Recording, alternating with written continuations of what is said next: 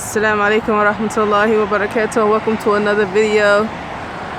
I'm not going to keep you all too long, but I wanted to share with you a conversation that I was having with my daughters about the Arabic language, because we went to a gathering in the park the other night, and there were some young girls out there around my daughter's age. They've been living here for 17 years, mashallah, basically grew up here. Yeah, they grew up here. And they were from Canada, and they all speak Arabic, alhamdulillah. I don't think the parents do, but usually that's how it goes. The children will learn the language through going to school or mixing with the neighbors who are Arab and things like that. So they were telling my daughters that depending on who they're talking to, their dialect will change. So if they're talking to the Shami Arab, then it'll change to Shami Arabi. Or they're speaking with the Khalijis, then it'll change to Khaliji. So they know basically the different types of dialect from mixing with so many of the other Arab, mashallah. And that's typically what'll happen if you grow up amongst them.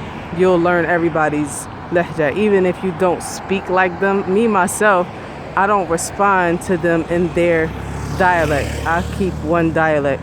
I understand what they're saying. If you're from Sudan, I'm not going to respond to you like try to mimic your speech. Or if you're Egyptian, I'm not going to respond to you in an Egyptian dialect. I'm going to keep my same mode.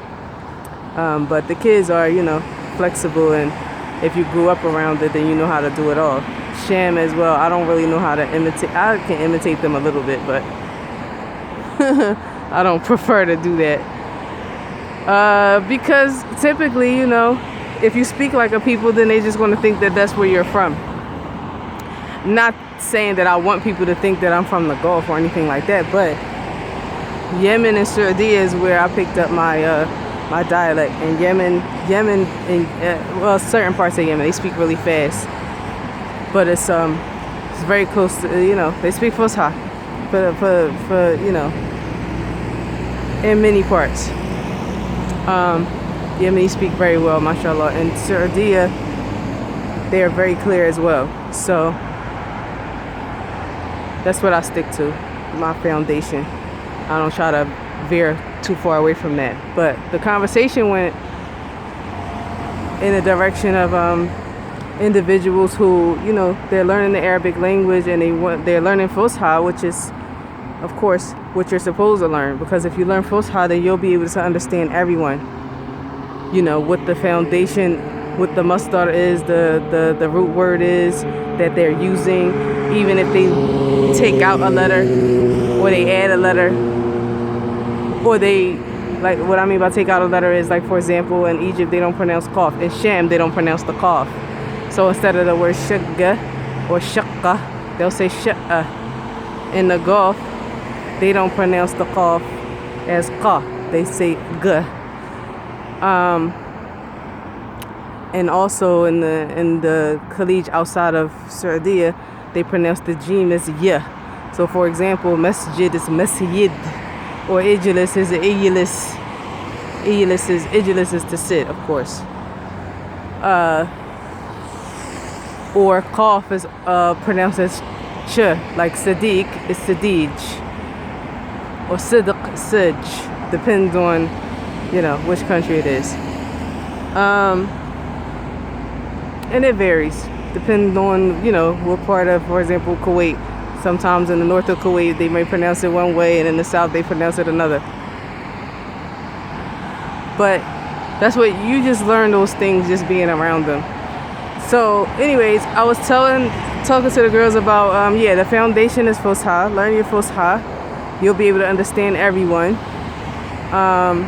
and adapt. But you have people who they don't want to learn the colloquial, the local dialect, even to understand. Even if you don't speak in that way, you have to understand the people, because if you don't understand them, they'll be able to understand you, but you won't understand them back. So it's to your benefit to be able to understand the people around you. it doesn't make sense to shut them out. That's weird, especially if you're going to be in an Arab country. Why would you shut the people out? You can't go in different places and order food or take care of your affairs. You go in the hospital, the people are not speaking Fusha. So you need to be able to understand what they're asking you and how they're speaking to you. You need to understand it. The doctors are not speaking Fusha. Many of them are Egyptian, Sudanese, out of from different places. You need to be able to understand what is being said to you. So that's very important. And I was explaining to them about the different modes of speech. I said in English, people who are learning the English language, they want to sound more native. You have accent trainers. I was an accent trainer when I was in Saudi. People want to sound natural and they don't want to sound like a book. And to be honest with you, learning Fusha is for your comprehension, for your reading, so that you'll know, the Mudarat from the Maldi, from the Jama', from the Amr, from the, the different Qawaid, and time and place, and who, if it's a group of people, if it's Mudakkir or Muannath, and all of that stuff. That's very important. But when it comes to speaking, you're not going to use all of that grammar. So it's best to be able to do both. You need the grammar so that you can understand the news. You can read the newspapers. You can read books, of course. You write in Fusha. Depending on if you're depending on what you're writing exactly, because then there's text writing. When you're writing like on WhatsApp or in a text message, usually people use WhatsApp now, but you need to be able to write colloquial as well. When I speak to anyone from Morocco, alhamdulillah, they learn Fusha in school. So that's the only way we can communicate. If they're speaking to me through text, I can understand them. But if they send me a voice note, I'm lost because it's mixed. It's mixed up, So I don't really like to listen to Moroccans talk to me through voice notes because I'm not going to be able to understand what they're saying. But I was also explaining that, for example, storytelling is different modes of speech. When we're delivering speeches, when you have to present in school, projects, or for example, you're presenting a thesis, you're writing essays. There's different modes of presentation, of speaking. Of course, we know formal and informal speech. When you're talking to someone you don't know, so you're very formal with them, very respectful, versus someone that you do know is informal, right? You're not going to be speaking very formal with an individual that you know, your family members. You're not going to speak like that with them. You're not going to speak formally when you're going to order food.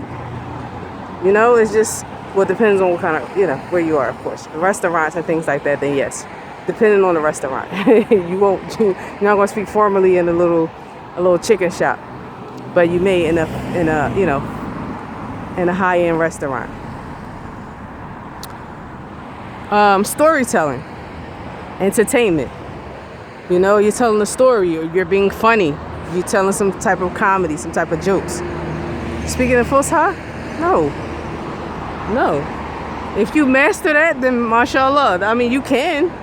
If you can, but that's not typical. Telling jokes in Fusha. But you understand? I was like, what if people that we know just spoke to us in one mode all the time? It's textbook formal mode in every single thing. You're going to be annoyed by them. You want to say, why are you speaking to me like that? Why? I'm saying your close relatives. Every time they speak to you, it's like they're in a textbook. You're going to say, so you're getting on my nerves. You're getting on my nerves. Stop it. Okay? So it's the same thing in any other language, but in this particular case, we're speaking about Arabic. You're not going to be speaking Fusha. It's not even appropriate for you to speak properly because some people won't even understand you. Not everyone is educated. That's another thing. SubhanAllah. Not everyone is educated. Not everyone will be able to understand you. And I know some people have experienced that even in Egypt. They have another lugha in the streets. You try to speak Fusha with some of them, they're like, what? B.A. They're like, hey, Yani. What are you talking about? What are you saying? So you have to learn how they speak in order to get around and to communicate with Egyptians who are not educated. They're like, we're not even used to hearing that. Same thing here for the UAE. They know Fusha. They know it when they hear it. But they're not accustomed to people speaking in that way. So I'm not discouraging you. Of course, Fusha is a hymn. It's important. But reality is that you'll only be speaking it, meaning you're going to ostracize yourself and just restrict yourself to other people who are learning Fusha like you, or individuals who can speak it. But like I said, you're not going to be speaking like that all the time. So I would say make yourself flexible. If you're going to live in these countries, at least understand what the people are saying. I would say watch their programs. You know, they have vlogs. The Arab, they have their own world. It's a whole Arab world out there. All different types of educational documentaries, vlogs, video vlogs, family vlogs. The cartoons, I don't really recommend that for adults. It's not going to hold your attention long because it's for children. Just like you don't have other people that are learning English look at, English cartoons. Adult content is for adult content. It's going to catch your attention better. So I don't recommend you, watching cartoons, to be honest. Watch things that are of your age and will hold your interest if you want to learn real-time, everyday speech. Different topics being presented to you. There's different programs, different. The news, like the radio stations. Sorry, radio stations are excellent. There are apps for the Khalij where you can tap into the radio. They have different stations. They have the stations in Abu Dhabi. They have them in Dubai. They have them in Sharjah. You can just tap in and listen. Even the ones that are there, same. I just downloaded, or I favorited some of the Saudi stations on this app that I have. I didn't even know they were on there. I thought it was only for UAE, but they have stations actually for all over the world. But I favorited some of the ones in Saudi, and of course the ones here in the UAE.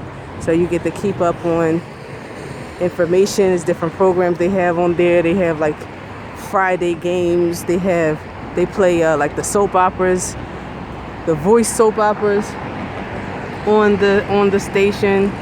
Maybe like on Fridays, it depends. So you just gotta be you have to be flexible, especially if you want to live over here. Like I said, Fusha, of course, is first. Learn your Fusha. But don't cut out everything else, because you're just not going to feel comfortable ever with the Arabic language. Other than, like someone said, oh, you just want it just for the books. Okay, well, that's different. If you only want Arabic just for the books, just so you can understand your religion, okay, fine. That's it. Khalas. No problem. And that's where it's going to stay. But you won't be conversational in a natural way. You won't understand varying topics because you restricted yourself to religious topics and speech. Just giving you advice. You're going to be very, very, very excluded. Very excluded. And you cut yourself out a lot of things by not being natural, and not making an effort to relate to the people. You know what I mean? And y'all can give me your thoughts, inshallah. And thank you for tuning in, as always. Don't forget that Hijra man-day sacrifice. I want to pick up my chicken. And I will see you all in the next video, inshallah. Ma'as salama.